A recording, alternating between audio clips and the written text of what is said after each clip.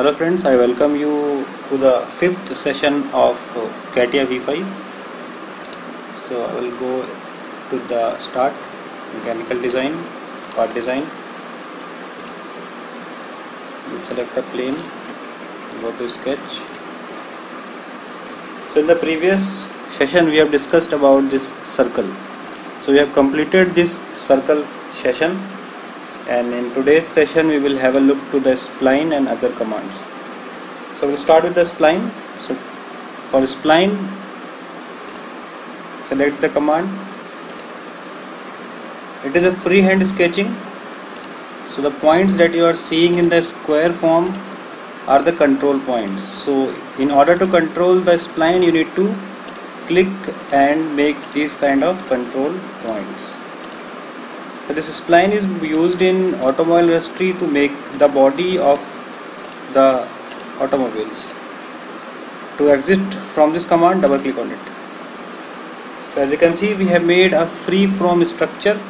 Now if you want to control this, I will be clicking on this square point, click on it and drag it. So hold the mouse, hold the left click of the mouse, and you can simply change the shape, and this is known as control point of the spline. The thing that has to be remembered is that you need to click it and hold the left click of your mouse in order to move it. So this is spline. Next is ellipse. So for ellipse you need to give the length of the center point of the ellipse, major axis and then minor axis. I am repeating it once again. Select the ellipse command, center point of the ellipse, major axis and then minor axis. For moving it, you need to just simply move your mouse. Center point, move the mouse without clicking. This is your major axis and then minor axis. This is how you will make the ellipse. Now simple line command, you can make it by clicking. The thing that has to be taken care is that whenever you make a line, you see a blue line in this, and here you can also see a blue line. So blue line means the line is straight, right? So whenever your line turns blue, it indicates that the line is either horizontal or it is either vertical, right? So it has turned blue. Click on it to give the dimension. The same procedure is repeated. To change it, double click and give the dimension. Next is infinite line. Infinite line means a line having a length which is infinite.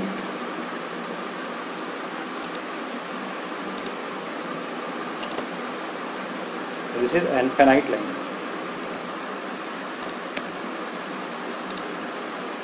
Next is bitangent line. So if we have two circles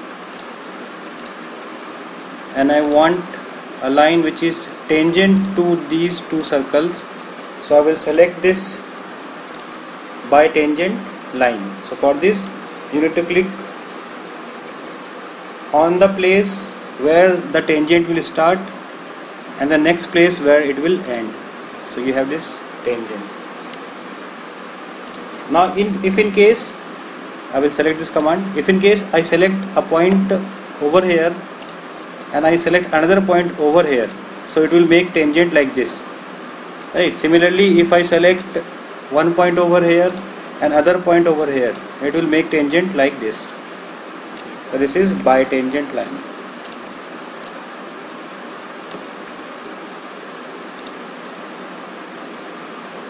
Next is bisecting line. So we have, for example, we have this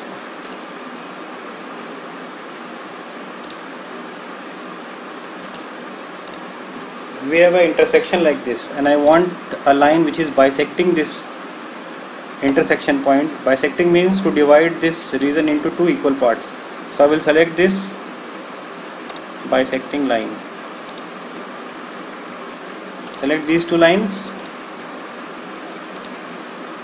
select the command, select these two lines,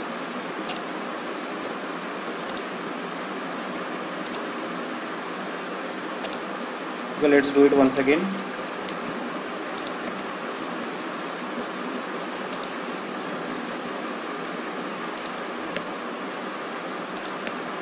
Okay, we had this line, so once again I am doing it.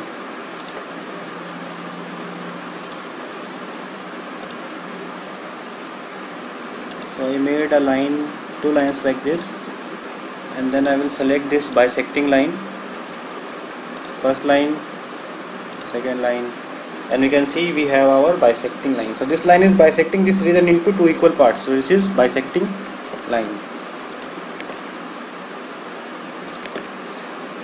The next one is line normal to curve.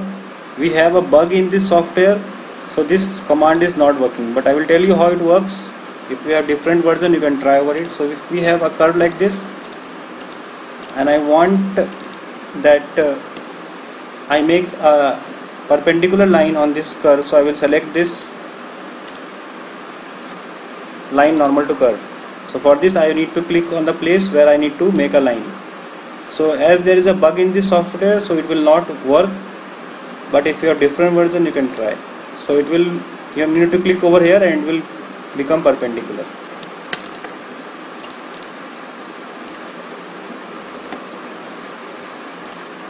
Now next is our axis. So if you want to make an axis for reference, you can make it.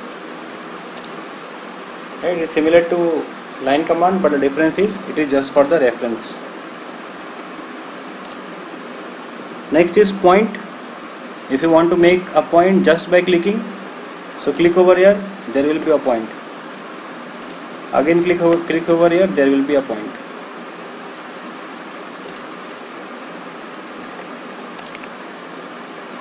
Next is point using coordinates. It is similar to making circle using coordinates. So I want my point to be 20 mm away from the origin in x direction and 30 mm away from the origin in y direction. So we have our point which is 20 mm away from the origin in x direction and 30 mm away from the origin in y direction. Next is equidistant points. So for example, I have made a line.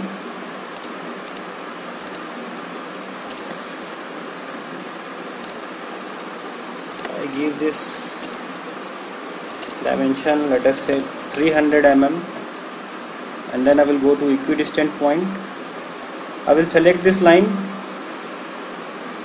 So number of points is 7. I want to increase it, it will get increased. So this is how it works, equidistant point.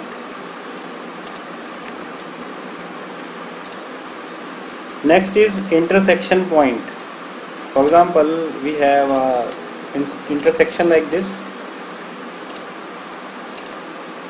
and I want to make a point over here right at the intersection. So for this I will be selecting this intersection point. So for this I need to click on line number 1, click on line number 2. Remember, do not press the control button. So we can see over here we have our intersection point which is highlighted in orange color. So we have got a point on the intersection. The last point is the projection point that will be used in 3D. So till now we have covered this profile box. We have covered all the commands of this profile box, and further we will be moving towards the operation. So if you are not able to find this profile box over here, you can go to insert and then you can pick it from here. So this was all about this session. If you have any comment regarding this session or previous session, you can ask. If you have any question regarding this session or previous session, you can ask in the comment box. Thank you.